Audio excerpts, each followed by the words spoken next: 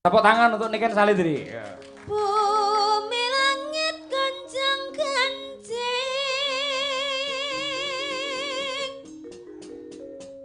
para bekang kang pratala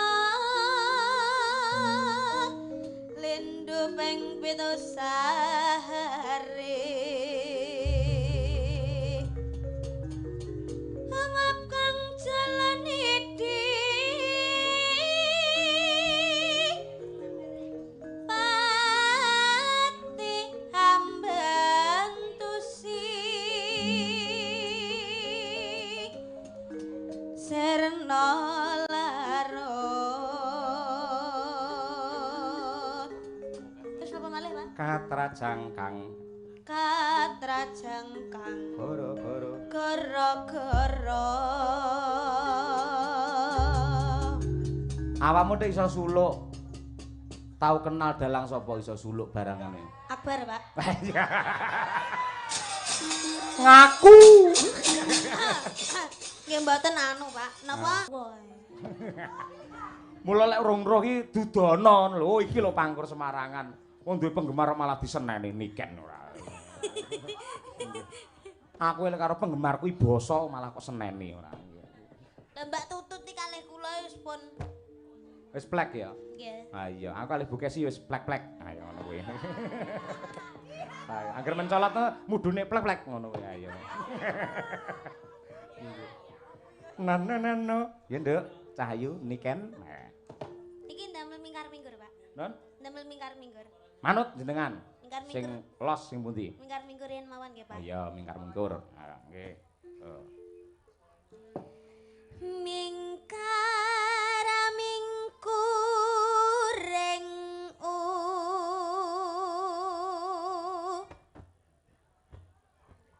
akarana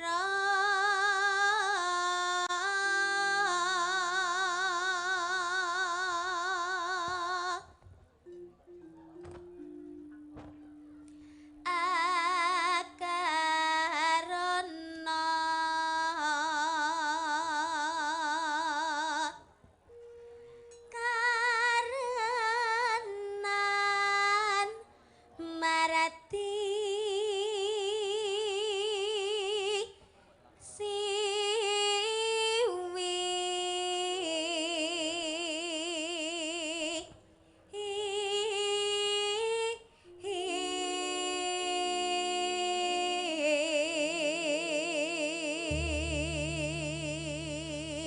bot-bote pengen nonton Niken Salindri iki lho aku mak teratap iso ting crunguk sirah tok ning kono lho Masya Allah mak kowe iki anci-anci apa Nduk ning kono kursi hati-hati lho ya hati-hati ayo sing sebelahe cah cilik lanang wis sunat apa urung urung oh iya heeh hati-hati ya nek nganti kecepet disunati ning kono kowe engko ayo iki ibuke ya ning kono masalah ki sing wedok iya nonton wayang iso ting crunguk ning kono ae. Yo iki nggen gawat ki Nduk, tarik napas konsentrasi penuh, nada tinggi. Niken Salindri. Yo.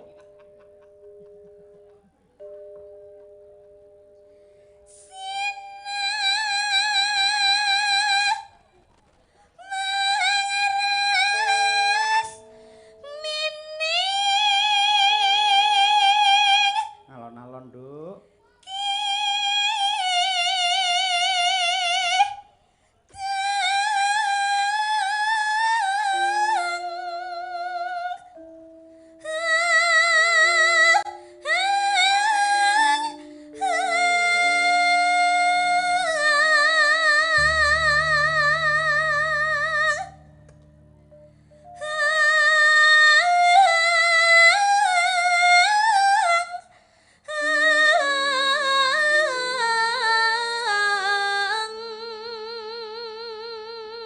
Wah.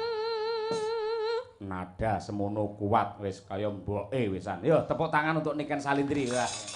Mura ya kondang larang ya semono ya kuat lho bocah ora. Eloke nganti kaya ngono. Ha iya. Wis sok lek sampean bayen sok lek duwe putra Nduk, ora bakal kuwatir. Rasane ya ngono kuwi.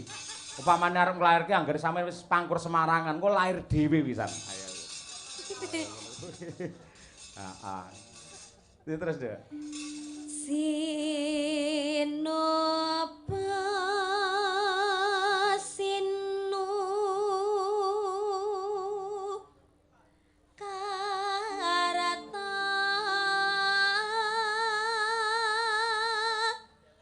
mereka tarata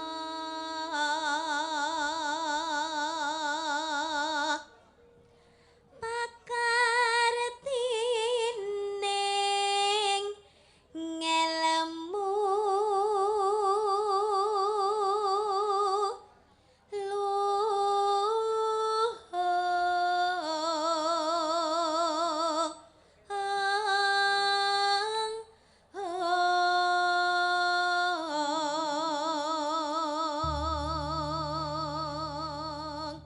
Nino nino. kang tumrap ning tanah Jawa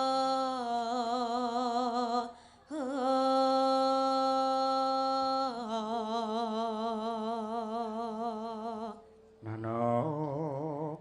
agama ageming aji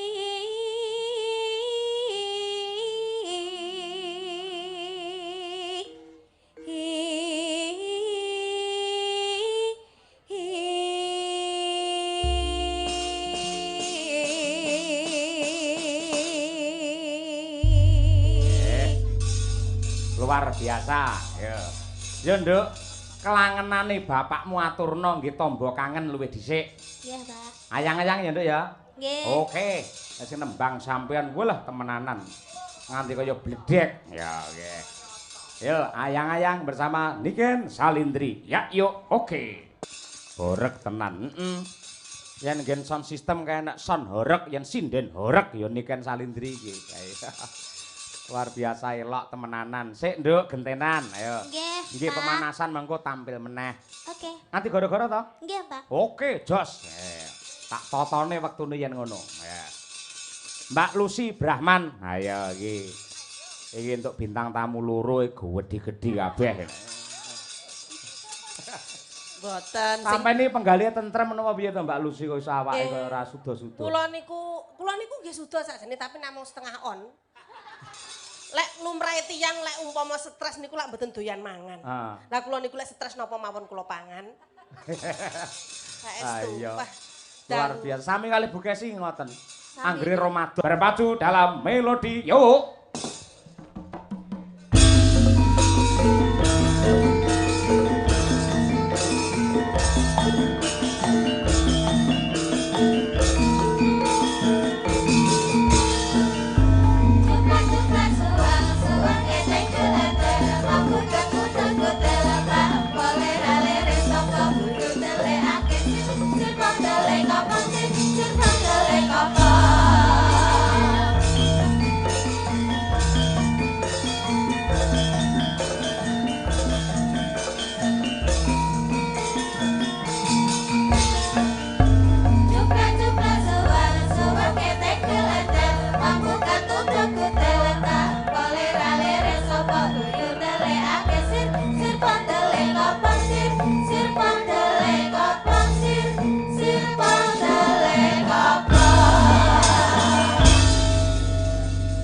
Hadir di tengah-tengah kita ya kuwi bintang dari Kediri Niken Salindri.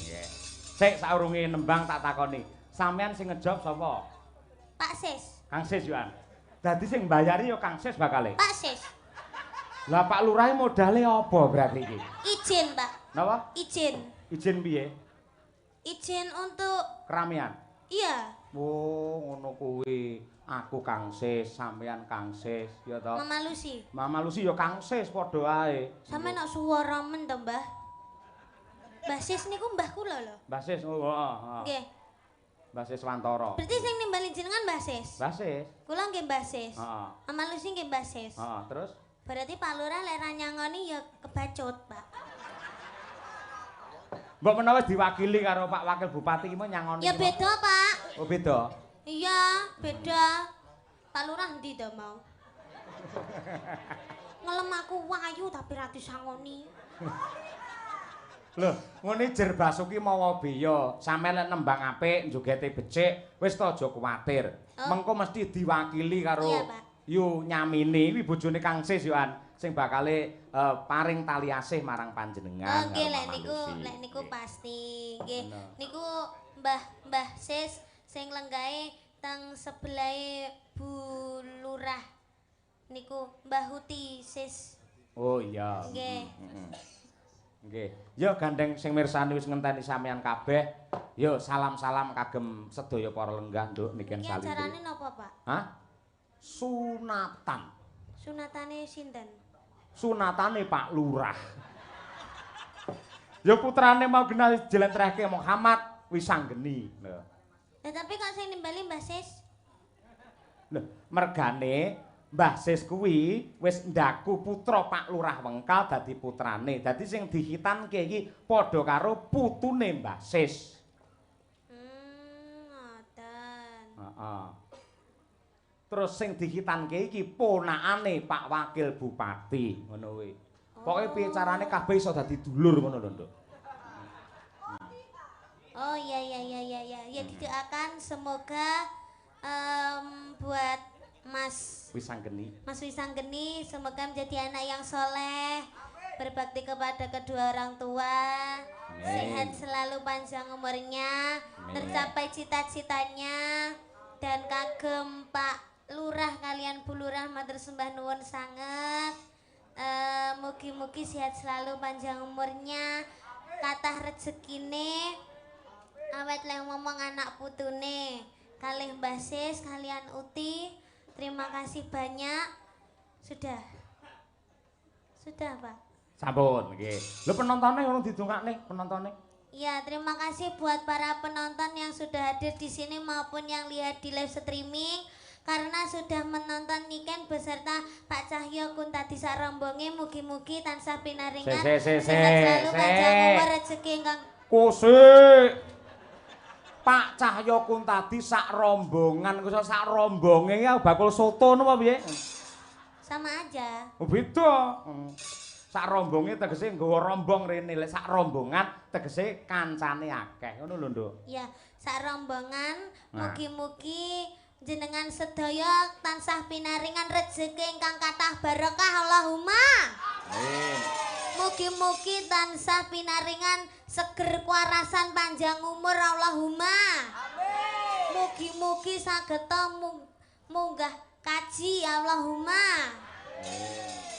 Amin. Mugi-mugi sageta nanggap Niken Salindri.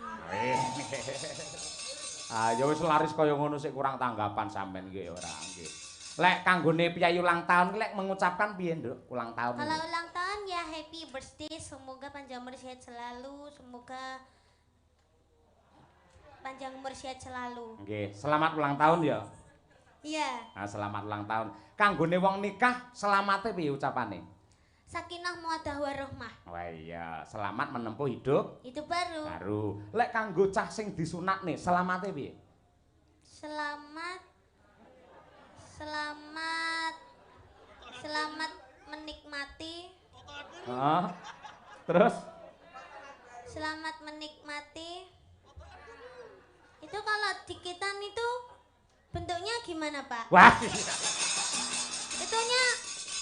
Itunya kok bisa dikitan itu gimana?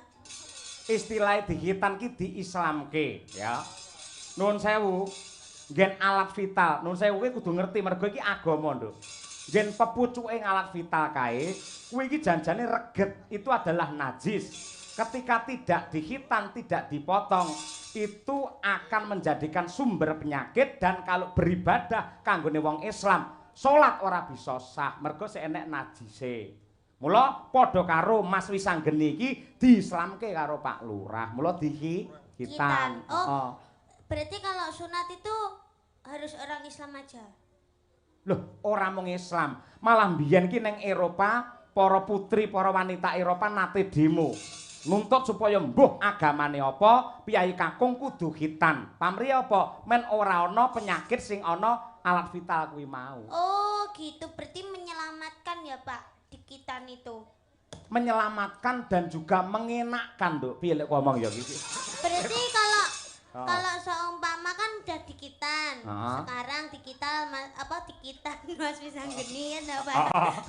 Terus jelek pamane enek regetane berarti ya dikitane. Lah lek angger reget dikitan ya entekno Nduk suwi-suwi. Dadi rasa jenengan enek regetane terus di sunat. Weh, piye ya lek nerangne? Ngene Nduk. Iki lho, ya wis ngene ya. Bentuke ya ngono kuwi, Pak. Iki agama lho iki ilmu lho iki. Iki dadi ngene iki ya. Berarti pucuke ijo. Apa? Pucuke ijo. Heeh, mergo bar digedhuk ning tembok sing rupane ijo ngono. Kok sik tak terangne. Iki pamane ya. Lah iki sing dikitan iki, dipotong des iki akhirnya kan ilang. Lah iki ngene. Lah ngene iki kaya anu lho, kaya helm lho Nduk malian. Lah iki wis ilang.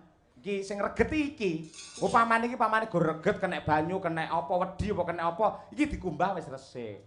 Oh. Ah, ngene iki sing dadi sumbere virus iki sing iki, ya.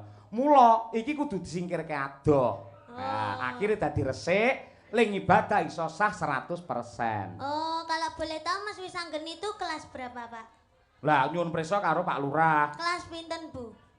Kelas 5 SD. Nah. Sudah berani dikitan. Kenapa kok gak kelas 1 SMA aja, Pak, dikitannya? Lek kelas 1 utawa kelas 2 SMA, engko lek ngitan iki ulete ra umum. Dadi semono kuwi wis pas, ngono kuwi. Kayak adikmu Brahma kae ya kelas 5, si rambu rangkung, kae si rambune ya kelas 5, ngono kuwi. Oh, rangkung mboten to, Pak? Oh, lho cara anu enek lho, kitan sing putri iki ana lho, Nduk. Diketok napa nih? Alah, mbuh aku mumet dhewe to nyauri awakmu susu. Lah intine ngono kuwi dislamake. Ha mula kuwi pepucuke ngalafita sing diketoki jenenge kulup. Mula ning nggen wayang sosok he kulup maju lungguhmu. Piye kabarmu kulup? Kulup kuwi mesti anak utawa putu sing lanang. Nah, ngono kuwi. Kulup kuwi pepucuke ngalafita kuwi mau. Oh. Lek wedok ora kulup, kulupan. Ayo ngono kuwi. Paham? Iya. Paham. Ayo. Wis to susu lak ngerti dhewe sok Nduk kowe. Wis ngerti bakale. Ya, ngono kuwi. Wong kabeh ya nglakoni, kabeh ya bakale ngayahi bangsa kaya ngono kuwi. Lah saiki minangka tandha tresna, ayo. Aku tak nyuwun iki kadang-kadangmu dulur-dulur fan beratmu mau wis meling, ya kuwi saka Sanidi ya Nduk ya. Nggih. Nah, Sanidi diwakili karo Mbak Tutut kuwi ngersakake pangkur Semarangan Niken Salindri. Ya, kaya ngono kuwi. Piye siap? Siap, Pak. Oke, luar biasa. Ya, coba diaturake. Sama nyuwun pangkur Semarangan to, Mbak? Heeh. Kayak ruru.